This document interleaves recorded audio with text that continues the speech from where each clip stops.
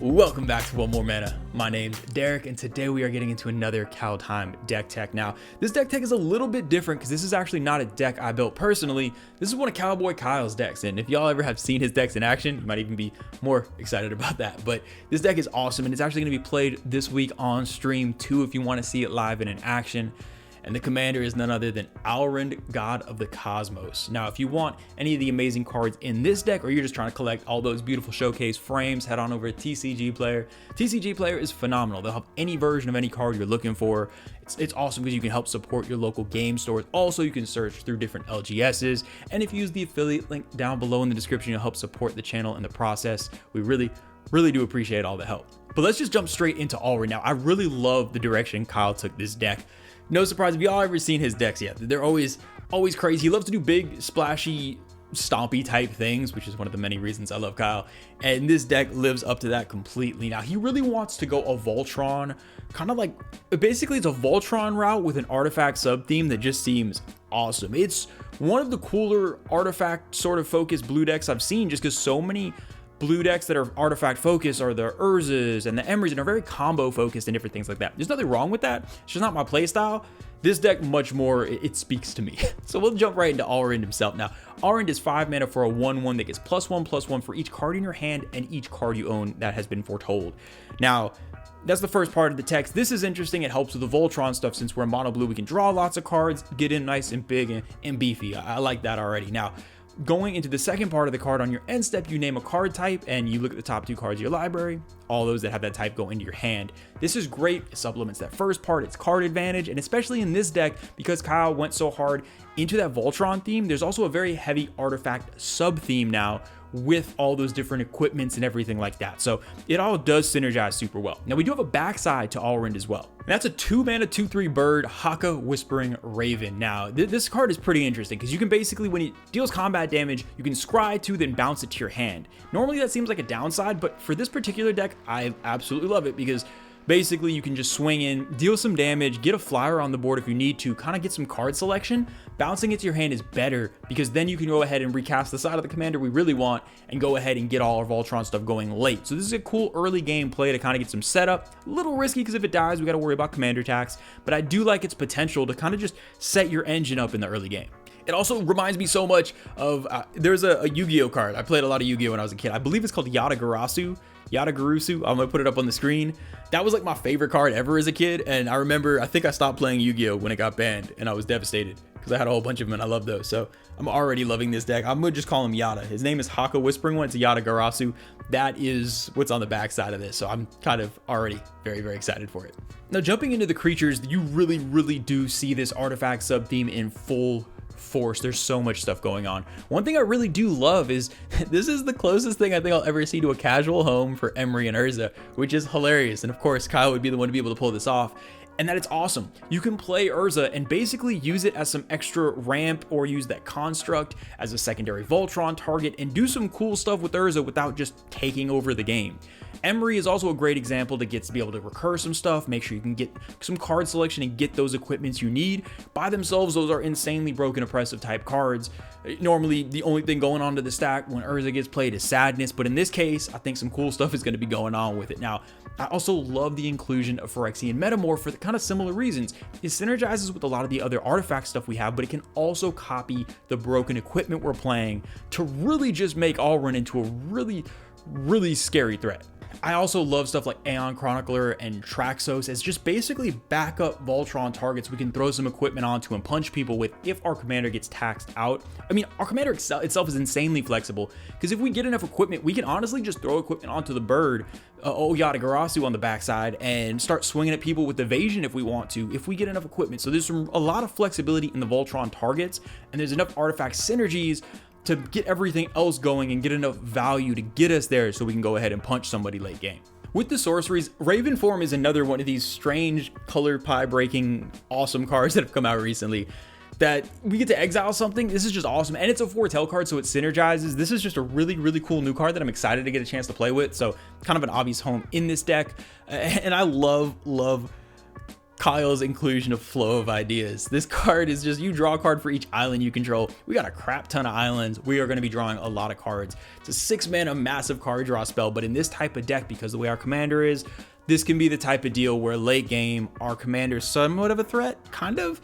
You play this, all of a sudden you draw a bunch of cards and you're in just one-shot kill territory. And it's what I love about so many of these synergies is that not only are you buffing the power toughness on your commander, you're buffing your resources as well, drawing all these cards. And with the enchantments, I love efficient construction. It is an awesome card in this deck, and it kind of fits this sub-theme. With these artifact synergies, we have a lot of ways to either get small creatures here or there, get some tokens here or there, and it's really, really good in this deck because one of the biggest problems with Voltron strategies in general is going to be the issue with edict effects. And if someone swings at you with 5 creatures, I don't care how big your Voltron creature is, 4 of them are punching you straight in the face. So having a lot of these other abilities to go a little bit wide are amazing in this deck. Not to mention it makes little flyers, so we can always throw all our equipment onto these flyers and be able to get damage through as well.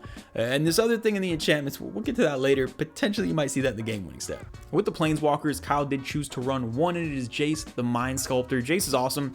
Obviously it's a super powerful card, one of the most powerful planeswalkers across all formats. I love Kyle's selections in this deck so much because he has decided to choose Urza, Jace, Emery, and turn it into this just awesome fun deck, which if you look at some of the individual choices, you'd think this deck would be terrifying and just oppressive, and it seems like I'm actually going to enjoy being punched by some of these things. Aside from all that though, yes, Jace does, it synergizes amazingly. We're going to get more cards in hand, it can serve as a sort of removal, it really does everything this deck wants. I really love what Kyle did in the instance now, in that he has, obviously in the instance, we're gonna have tons of interaction, and in a deck like this that is so important. If we get our big monster of a god set up and Alrund's ready to punch someone, we need to have some counter spells up because that's what blue does to make sure our plan doesn't get spoiled. So I love that. I'm also loving a lot of the incremental card draw effects that he did decide to go with.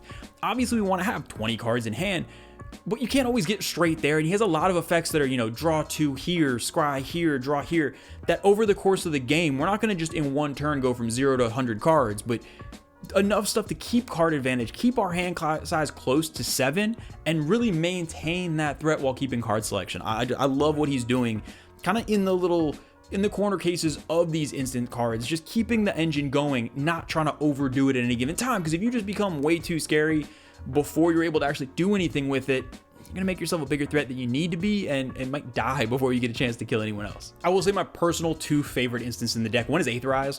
Aetherize is so damn cool. I already talked about one of the weaknesses of Voltron can be a token strategy that's just gonna punch you in the face. This is the best answer ever to a token strategy. You're gonna make somebody feel real bad for deciding they wanted to punch you, and I'm glad to know that this is in this deck. I will prepare for this. The other one is gonna be no surprise, but it's Cryptic Command. This card is so good in so many decks, but especially in this one, the ability to tap down an opponent's board. We just want to be able to guarantee swing in. And especially there's so many cases in this deck where you can get your commander. It doesn't seem like getting to 21 commander damage is going to be super difficult.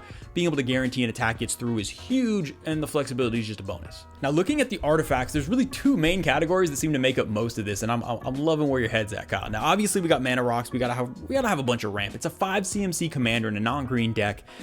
Odds are it's gonna eventually get killed. We need to have enough mana, and we run a lot of the big mana rocks, so I already love that there.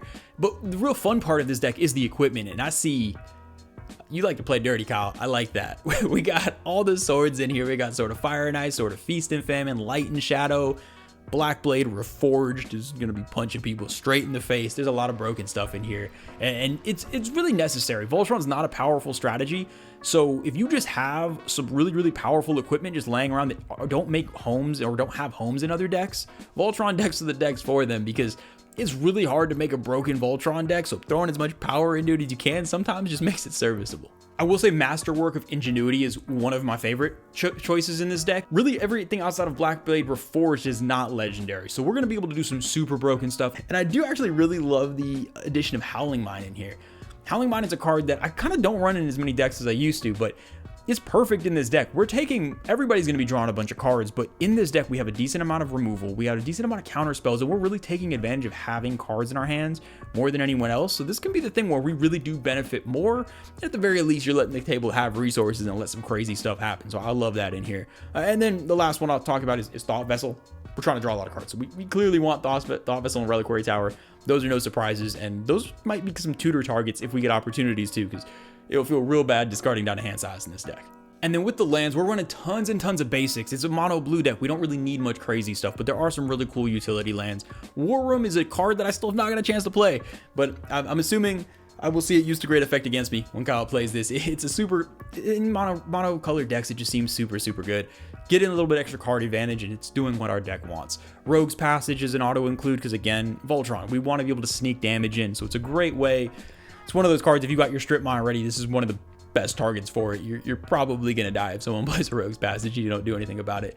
And then the last one is going to be Manamo. I love Manamo. I kind of force it in whatever decks I can, but in this deck it's particularly good because we're going to have this big creature. It's essentially like a weird vigilance it can act as, because we can swing in with our big scary creature, then untap it to have a blocker, and it doesn't even come in tapped. It's just a great land. But yeah, throw as many basics in as you want, but these few utility lands that we do have are super crucial. And then I mentioned before I almost stopped, Reliquary Tower. Definitely need Reliquary Tower in here. We do not want to discard. No, that would be terrible. So yeah, definitely make sure that's in there, because that's one of the things we want early game. Now let's get into the best part of every deck tech. And in this deck, the stomp, I almost said the stabbiest because there's so many swords. Maybe the stabbiest part. Yeah, the stabbiest part, the game winning step. How are we trying to win the game with this deck? How is Kyle about to kill me with this deck? First way to win the game should be no surprise. We are trying to make Alrund big, scary, throw about 30 swords in his hands and just punch people. It is very straightforward, but also incredibly fun. And that's kind of our primary plan and really all we're trying to do for the most part. But don't worry, there are plenty of backup plans if all does not go well, and one of the coolest ones is the Antiquities War. Now, Antiquities War Chapter 3, feels like I'm like quoting a book. I feel so learned and fancy. Antiquities War Chapter 3 turns all of your artifacts into 5/5s, and if it wasn't just fun just punching all of your friends with your giant Alrund, why not punch them with all the artifacts and equipment you've been playing when they turn into 5/5s and stuff starts getting crazy? This is an awesome backup plan, because this is the type of deal where you get all these artifacts that you've been ramping all game, you get all these equipment out, somebody removes your commander.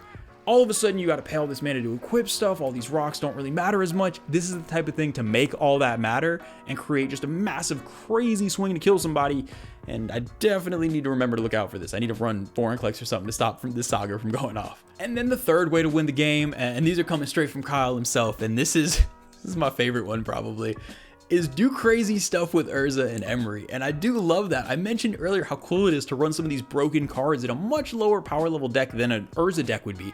And they're awesome in here. We can do so many broken things. Even the most tame of Urza decks are terrifying. And getting able to take advantage of Emery and Urza and use Urza to tap our equipment for mana and making that construct with all these artifacts, those cards by themselves, even just accidentally coming out, can win the game. And those are really cool cards in this deck. Again, I mentioned Voltron isn't the most overpowered strategy, so having some heavy hitters kind of just chilling in the back like this is super good in here, and I would even say super necessary, and I'm definitely going to be keeping an eye out for them. And that is going to do it for this week's deck tech. I really hope y'all enjoyed it.